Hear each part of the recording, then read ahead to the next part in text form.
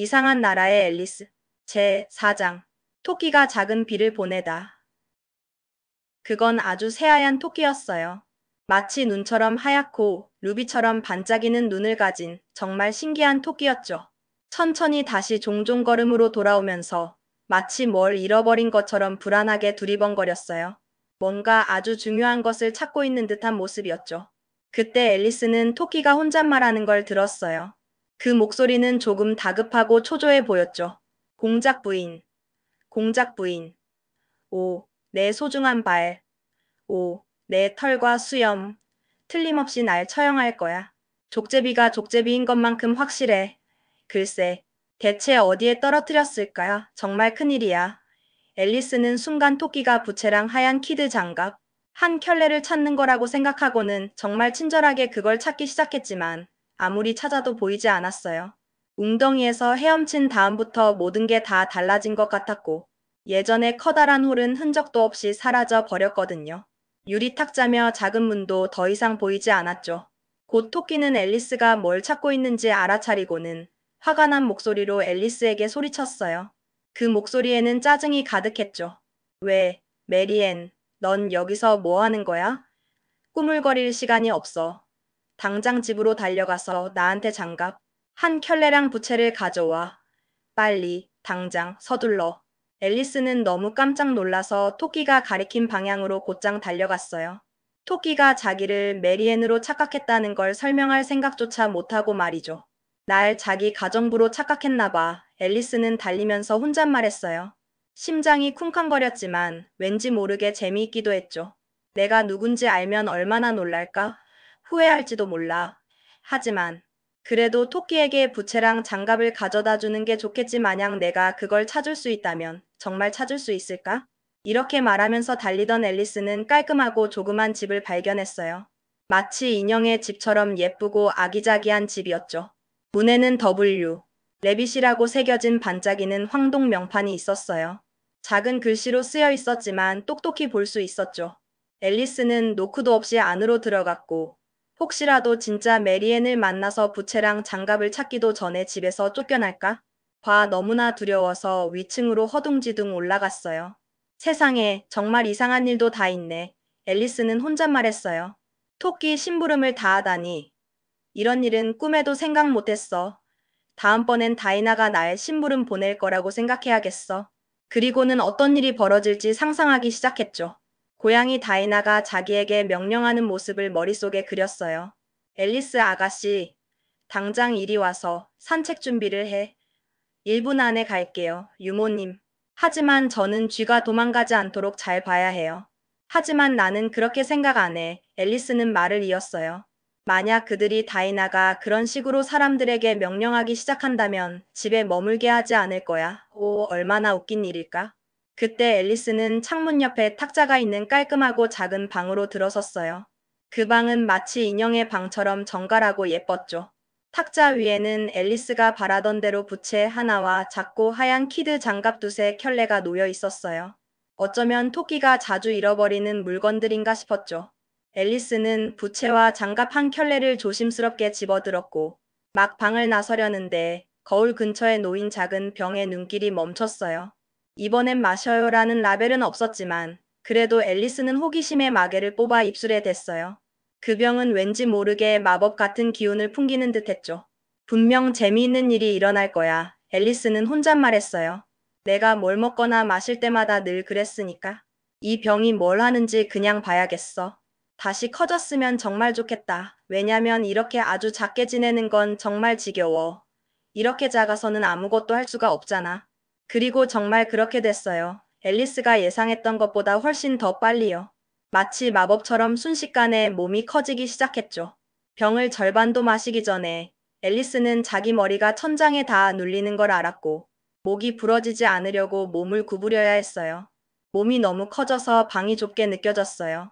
앨리스는 서둘러 병을 내려놓으며 혼잣말했어요. 이 정도면 됐어. 더 이상 잘하지 않았으면 좋겠는데 이대로는 문으로 나갈 수가 없어. 나는 정말로 그렇게 많이 마시지 않았더라면 좋았을 텐데. 왜 이렇게 욕심을 부렸을까? 아, 바라기엔 이미 너무 늦었죠. 앨리스는 계속 자랐고 아주 빨리 바닥에 무릎을 꿇어야 했어요. 몸이 너무 커져서 앉을 수도 없었죠. 다음 순간에는 이것조차 할 공간이 없었고 앨리스는 한쪽 팔꿈치를 문에 대고 다른 팔은 머리 주위로 구부려 눕는 자세를 취하려고 했어요. 마치 몸을 최대한 작게 만들려는 것처럼 말이죠. 여전히 앨리스는 계속 자랐고 마지막 방법으로 한쪽 팔을 창문 밖으로 내밀고 한쪽 발은 굴뚝 위로 올리며 혼잣말했어요. 이제 무슨 일이 일어나든 더 이상 할 수 있는 게 없어. 나는 어떻게 되는 걸까? 꼼짝없이 여기에 갇히는 걸까? 앨리스에게 다행스럽게도 작은 마법 병의 효과는 이제 완전히 나타났고 앨리스는 더 이상 커지지 않았어요. 드디어 몸이 자라는 것이 멈춘 것이죠. 그래도 너무 불편했고 다시 방에서 나갈 가능성도 전혀 없어 보였으니 앨리스가 불행하다고 느낀 건 당연했죠. 좁은 방에 갇힌 채 움직일 수도 없었으니까요. 집에 있는 게 훨씬 더 즐거웠어. 불쌍한 앨리스는 생각했어요. 항상 더 커지거나 작아지지 않고 쥐나 토끼에게 이래라 저래라 명령받지 않을 때 말이야. 나는 거의 저 토끼 굴로 내려가지 않았더라면 좋았을 텐데 그런데 이런 삶도 꽤 흥미롭잖아. 나한테 무슨 일이 일어난 건지 정말 궁금해. 내가 동화를 읽을 땐 그런 일은 절대 일어나지 않는다고 생각했는데 지금 나는 그 한가운데에 있어. 나에 대한 책이 쓰여져야 해. 그래야 해. 그리고 내가 자라면 내가 하나 쓸 거야 하지만 난 지금 자랐잖아. 앨리스는 슬픈 목소리로 덧붙였어요. 적어도 여기서 더 이상 자랄 공간은 없어. 이런 상황에서 뭘 할 수 있을까? 하지만 그렇다면 앨리스는 생각했어요. 나는 지금보다 더 이상 늙지 않는 걸까? 그건 한편으론 위안이 될 거야. 결코 할머니가 되지 않는다는 건 하지만 그렇다면 항상 배워야 할 수업이 있는 건 오, 그건 정말 싫을 거야. 배우는 게 싫다는 건 아니지만 이렇게 꼼짝 못하는 상황에서는 아무것도 할 수 없잖아. 오, 너 바보 앨리스. 앨리스는 스스로에게 대답했어요. 너는 여기서 어떻게 수업을 배울 수 있니? 뭐, 너를 위한 공간도 거의 없고 어떤 교과서를 위한 공간은 전혀 없잖아. 이러다간 아무것도 배울 수 없을 거야. 그리고 앨리스는 그렇게 계속 혼잣말을 했고 먼저 한쪽 의견을 말하고 그 다음 다른 쪽 의견을 말하면서 혼자서 꽤 긴 대화를 만들어냈어요. 마치 두 사람이 이야기하는 것처럼 말이죠. 하지만 몇 분 후 앨리스는 밖에서 목소리를 들었고 듣기 위해 멈췄어요. 메리앤, 메리앤. 목소리가 말했어요. 당장 내 장갑을 가져와. 그러고 나서 계단에서 작은 발소리가 들렸어요. 아주 조심스러운 발소리였죠. 앨리스는 그게 자기를 찾으러 오는 토끼라는 걸 알았고 그만 집이 흔들릴 정도로 떨었어요. 자기가 이제 토끼보다 거의 1000배나 크고 토끼를 두려워할 이유가 없다는 걸 완전히 잊은 채로 말이죠. 토끼는 아주 작게 느껴졌어요. 곧 토끼가 문으로 다가와서 열려고 했어요. 하지만 문이 안쪽으로 열리고 앨리스의 팔꿈치가 문에 단단히 눌려 있었기 때문에 그 시도는 허탕이었죠. 문은 꿈쩍도 하지 않았어요. 앨리스는 토끼가 혼잣말하는 걸 들었어요. 그럼 돌아서 창문으로 들어가야지. 다른 방법이 없겠군. 그렇게는 안 될걸. 앨리스는 생각했고 토끼가 창문 바로 아래에 있다고 짐작할 만한 소리를 들을 때까지 기다린 다음 갑자기 손을 펼쳐서 허공에서 낚아챘어요. 앨리스는 아무것도 잡지 못했지만 작은 비명 소리와 넘어지는 소리 그리고 유리 깨지는 소리를 들었고 그걸 듣고 토끼가 오이 프레임 같은 것에 떨어졌을 거라고 짐작했어요. 정말 우스꽝스러운 상황이었죠. 다음으로 화난 목소리가 들렸어요. 그건 토끼의 목소리였죠. 팻, 어디 있니? 빨리 대답해. 그리고 나서 앨리스가 전에 들어본 적 없는 목소리가 들렸어요. 네, 저 여기 있어요. 사과를 캐고 있어요. 나리. 사과를 캔다고, 정말. 토끼가 화나서 말했어요. 이리 와, 여기서 나 좀 나오게 도와줘. 당장. 더 많은 유리 깨지는 소리. 이제 말해봐. 창문에 있는 저건 뭐야? 네, 팔이에요. 나리. 그는 그걸 아름이라고 발음했어요. 아주 특이한 발음이었죠. 팔이라고, 이 바보야. 누가 저렇게 큰 걸 본 적이 있니? 뭐, 창문 전체를 다 채웠잖아. 이건 말도 안 돼. 네, 그렇지만, 나리. 그래도 그건 팔이에요. 분명해요. 어쨌든 그건 거기 있을 일이 없어. 가서 치워버려. 당장 치우지 못해. 그 후 긴 침묵이 있었고, 앨리스는 가끔 속삭이는 소리만 들을 수 있었어요. 네, 그건 싫어요. 날이 정말요. 무서워요. 내가 시키는 대로 해. 이 겁쟁이야. 명령이다. 그리고 마침내 앨리스는 다시 손을 펼쳐서 허공에서 또 한 번 낚아챘어요. 이번엔 두 번의 작은 비명 소리가 들렸고 더 많은 유리 깨지는 소리가 났어요. 세상에, 오이 프레임이 얼마나 많은 거야. 앨리스는 생각했어요. 다음에 뭘 할지 궁금해. 날 창문 밖으로 끌어내는 일이라면 그들이 그럴 수 있기를 바랄 뿐이야. 나는 확실히 여기 더 머물고 싶지 않아. 정말 답답해. 앨리스는 더 이상 아무 소리도 들리지 않는 채 한동안 기다렸어요. 왠지 모르게 불안하고 궁금했죠. 마침내 작은 수레바퀴 덜컹거리는 소리가 들렸고 아주 많은 목소리들이 한꺼번에 이야기하는 소리가 났어요. 앨리스는 단어들을 알아들을 수 있었죠. 다른 사다리는 어디 있어? 뭐, 난 하나만 가져오면 됐어. 빌이 다른 걸 가지고 있어, 빌. 이리 가져와. 얘야, 여기. 이 모퉁이에 그걸 세워 아니야. 먼저 그걸 함께 묶어. 그것들은 아직 절반도 충분히 높이 닿지 않아. 오. 그 정도면 충분히 잘 될 거야. 까다롭게 굴지 마, 여기. 빌. 이 밧줄을 잡아, 지붕이. 버틸까? 저 느슨한 슬레이트 조심해, 오. 저게 내려오고 있어. 아래 머리 조심해. 커다란 충돌. 소리 이제 누가 그랬어? 내 생각엔 빌이었어. 누가 굴뚝으로 내려갈 거야? 아니, 난 안 할래. 내가 해. 그럼 나도 안 할 거야. 빌이 내려가야. 해 여기, 빌. 주인이 내가 굴뚝으로 내려가야 한다고 말씀하셔. 오. 그래서 빌이 굴뚝으로 내려와야 하는구나. 그렇지? 앨리스가 혼잣말했어요. 세상에 모든 걸 빌한테 떠넘기는 것 같아. 정말 불쌍한 빌이네. 난 아무리 많은 걸 줘도 빌의 자리에 있고 싶지 않아. 이 벽난로는 확실히 좁아. 하지만 나는 조금 걷어찰 수 있을 것 같아. 한번 해볼까? 앨리스는 발을 굴뚝 아래로 할 수 있는 한 멀리 내렸고 작은 동물극의 어떤 종류인지는 알 수 없었어요. 의 자기 바로 위. 굴뚝에서 긁고 기어오르는 소리가 들릴 때까지 기다렸어요. 그 소리는 아주 희미했지만 분명하게 들렸죠. 그러고 나서 혼잣말로 이게 비리야라고 말하며 앨리스는 한 번 날카롭게 걷어찼고 다음에 무슨 일이 일어날지 보려고 기다렸어요. 앨리스가 들은 첫 번째는 빌이 날아갔어. 라는 모두의 합창이었어요. 마치 깜짝 놀란 새들이 한꺼번에 지저귀는 소리 같았죠.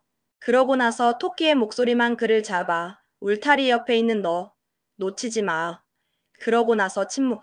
그리고 나서 또 다른 혼란스러운 목소리들 그의 머리를 들어 지금 브랜디를 그를 질식시키지. 마 어땠어, 친구? 너한테 무슨 일이 있었어? 우리한테 그거 다 말해줘. 괜찮아? 마지막으로 약하고 삐걱거리는 목소리가 들렸어요. 저게 빌이야. 앨리스는 생각했어요. 난 거의 모르겠어요. 더 이상은 안 돼요. 감사합니다. 난 지금 괜찮아요. 하지만 너무 당황해서 말할 수가 없어요. 내가 아는 전부는 무언가가 깜짝 상자처럼 나한테 덤벼들었고 난 로켓처럼 올라갔어요. 그래, 내가 그랬어. 친구도 다른 사람들이 말했어요. 우린 집을 불태워야 해. 다른 방법이 없어. 토끼의 목소리가 말했어요. 그리고 앨리스는 할 수 있는 한 크게 외쳤어요. 만약 그렇게 한다면 난 다이나를 너희에게 풀어놓을 거야. 각오해. 즉시 죽은 듯한 침묵이 흘렀고 앨리스는 혼자 생각했어요. 다음에 뭘 할지 궁금해. 만약 그들에게 어떤 상식이라도 있다면 지붕을 벗길 거야. 그게 현명한 방법일 텐데. 2분 후 그들은 다시 움직이기 시작했고 앨리스는 토끼가 말하는 걸 들었어요. 술에 한가득이면 시작하기에 충분할 거야. 무엇이 한가득? 앨리스는 생각했어요. 하지만 앨리스는 오래 의심할 필요가 없었죠. 왜냐면 다음 순간 작은 자갈들의 소나기가 창문으로 덜컹거리며 들어왔고 그중 몇 개가 앨리스의 얼굴을 때렸기 때문이에요. 나는 이것을 멈추게 할 거야. 앨리스는 혼잣말하고 외쳤어요. 너희는 다시 그러지 않는 게 좋을 거야. 당장 멈춰. 이것은 또 다른 죽은 듯한 침묵을 만들어냈어요. 앨리스는 조금 놀라며 자갈들이 모두 바닥에 놓였을 때 작은 케이크로 변하고 있다는 걸 알아차렸고 밝은 생각이 머리에 떠올랐어요. 마치 마법처럼 말이죠. 만약 내가 이 케이크 중 하나를 먹는다면 앨리스는 생각했어요. 그건 분명 내 크기에 어떤 변화를 줄 거야. 그리고 그게 날 더 크게 만들 수는 없으니 날 더 작게 만들어야 할 거야. 내 생각엔. 그래, 분명히 그럴 거야. 그래서 앨리스는 케이크 중 하나를 조심스럽게 삼켰고 자기가 즉시 줄어들기 시작한다는 걸 알고 기뻐했어요. 몸이 점점 작아지는 것을 느꼈죠. 앨리스가 문을 통과할 만큼 충분히 작아지자마자 앨리스는 집 밖으로 달려나갔고 밖에서 기다리고 있는 작은 동물들과 새들의 상당한 무리를 발견했어요. 모두 앨리스를 지켜보고 있었죠.